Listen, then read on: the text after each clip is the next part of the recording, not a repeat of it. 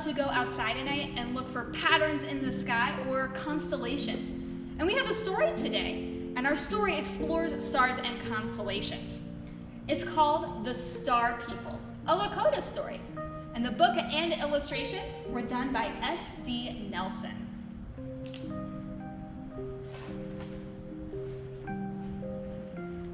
Young Wolf and I had wandered far across the prairie. Being his older sister, I wanted to show him the wonders of our world. Look up, brother. Do you see how Father Sun travels high in the sky during the day? And see beneath our feet? Mother Earth is alive with growing things. My little brother looked for a long moment and then said, "Sister girl, I cannot see our village anymore." "Let's stay for just a while longer, young wolf," I said. "Then we will go back." We sat in the dry, sweet-smelling grass, watching the clouds drift overhead. Young Wolf pointed and said, "Sister girl, that cloud looks like a buffalo's head." We both laughed with amazement. "There's an eagle," I cried. "And horses," said Young Wolf. "The cloud spirits are playing above us," I told my brother. "Sometimes they take the shapes of animals or people. The clouds are alive, and we call them the Cloud People." As the Cloud People changed their shapes, the face of a woman emerged.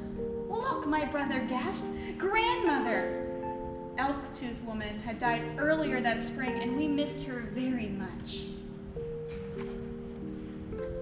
As I looked, I realized the clouds had turned dark in the distance. Lightning struck the dry earth. "The day is coming to an end," I told Young Wolf. "Mother and Father will be expecting us." Overhead, birds cried, rabbits, deer, and other animals bounced past, their eyes wide with fear. Something was terribly wrong. "I smell smoke," said Young Wolf. "A prairie fire." We joined the fleeing creatures and ran for our lives.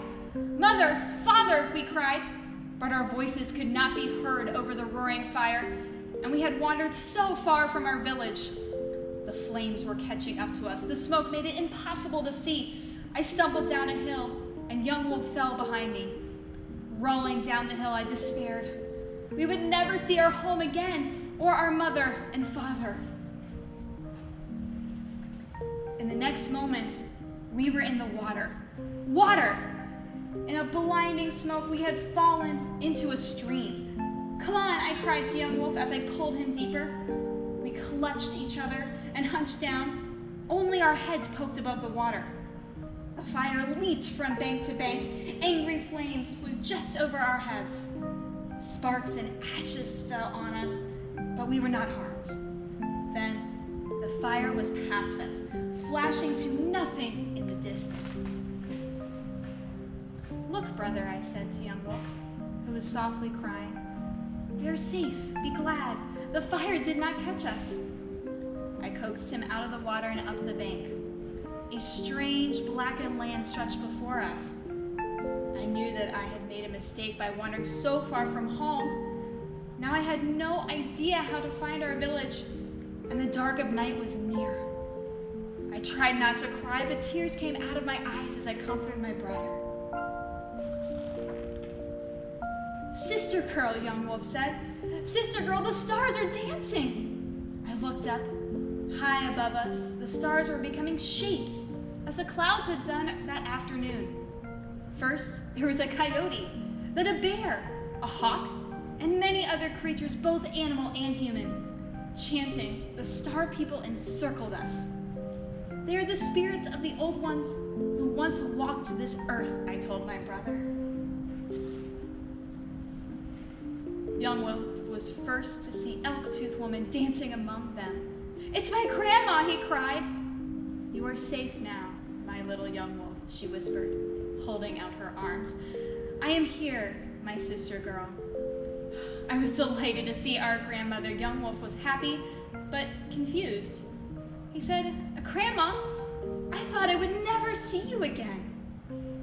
Smiling, She drew us close to her, tenderly rocking back and forth.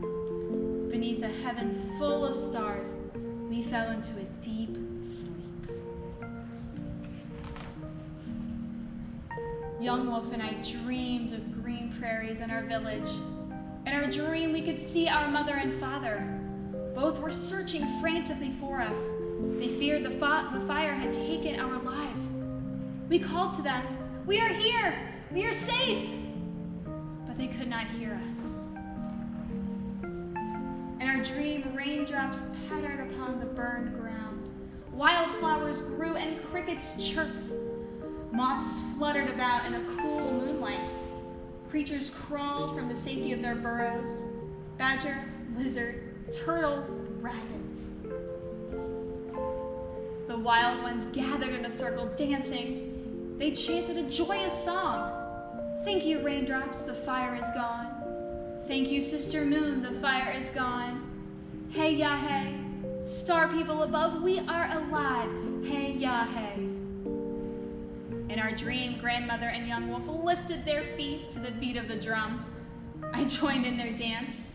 Together, we all gave thanks. In the morning, when we awoke, I felt an emptiness in our hearts. I missed our parents. Young Wolf felt an emptiness of his stomach. "I'm hungry," he said. Elk-Tooth Woman laughed. She took us to a place where berry bushes had escaped the fire. We ate our fill. Then grandmother said she would take us home. We traveled a long time across the barren land. In places, there were flowers and green grass untouched by the fire. There was a sign of hope. Finally, we came to a hilltop.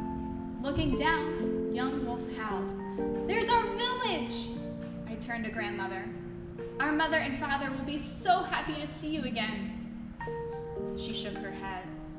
"I can go no further. I must return to my home in the sky." Young Wolf clutched Elk-Tooth Woman and would not let her go. Tears streamed down his round cheeks. I pleaded with her to stay. Drawing away from us, grandmother smiled and said, "Don't worry, my sister girl, my young wolf. I will always be with you.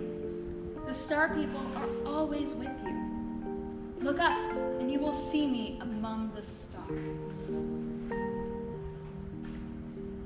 So young Wolf and I returned home safely.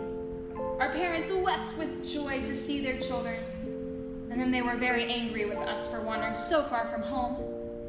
But even after, when my little brother and I walked beneath the star-filled heavens, we felt comfort, for we knew our grandmother and all of our star people were watching over us. The end. Wasn't that a great story? There are many different cultures that have constellations in the sky, just like the Lakotas. For the Lakota, there were cloud people and star people. And these people and animals are living, breathing things just like we are. For them, they were ancestors watching over them and keeping them safe. And many other cultures had their own stars in the sky that watched over them and kept them safe as well. So we're going to explore some of those constellations in our planetarium. Do you want to join us?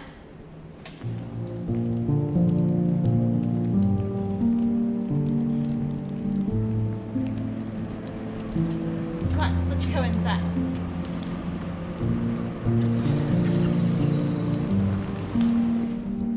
Welcome inside Amazement Square's planetarium.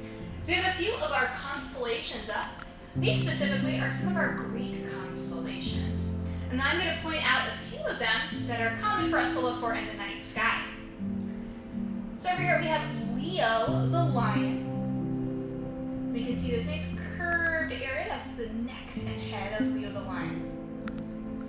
As we move further over, we have Ursa Major, which this constellation as a whole may look a bit more unfamiliar, but it contains the Big Dipper, which is a constellation we often look for.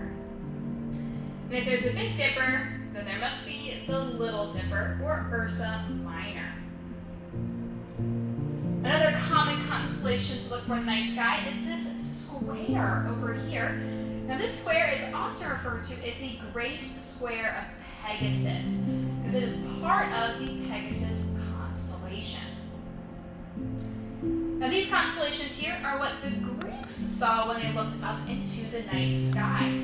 But many different cultures and different people saw different things as they connect the dots with the stars. So we're going to take a look at what the Lakota saw when they looked into the night sky. Alright, so here we still have our Greek constellations. We're going to switch over to Lakota. Now here we have some similar pictures. Some of them are a little bit different. So on this side we have fireplace, which this curved area is the same curved area we saw in Leo the lion for his head. So some of these images will see the same patterns, but they have a different meaning. And further over, we also see a dipper. So this dipper here is the same as the Big Dipper we are accustomed to looking for. So sometimes the patterns look almost exactly the same across many different cultures. Those were stars that were very prominent in our night sky and easy to spot, and many people saw the same images. On this side we see Thunderbird. Now this is a very new constellation in terms of it uses stars from other ones that don't follow the same patterns as the Greek constellations did. This bottom star of Thunderbird, the very tip of the bird's beak, makes up the Little Dipper. So our Little Dipper moving right here with its handle all the way to Polaris, or the North Star. So this part makes up the Little Dipper. Other images look very similar, like this square right here, which makes up Turtle for the Lakota, but is also the same stars used to make the Great Square of Pegasus for the Greeks. So even though the Greeks and Lakotas, as well as many other different people, were very far apart, they actually saw the same stars throughout the night sky because they're in the northern hemisphere. But what they saw out of the stars was very different.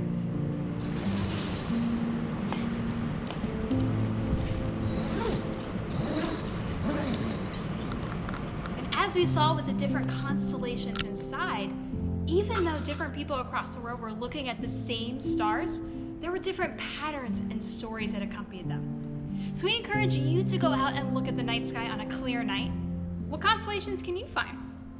You can look at a sky map or sky chart, either on the internet or as an app on your phone, to look for some already known constellations, or make up your own. What patterns do you see in the night sky? Draw us a picture of the constellation you see and send it to us at amazementsquare.org. But all constellations also have stories behind them. What story does your constellation tell? And tell us the story behind your constellation too. And make sure to give us feedback. What would you like to see? What stories would you like us to read? What experiments should we try? And what projects would you like to do at home? To see more videos like this one, be sure to subscribe to our YouTube channel. Thanks so much for joining us, and we'll see you next time on Amazement Square Anywhere.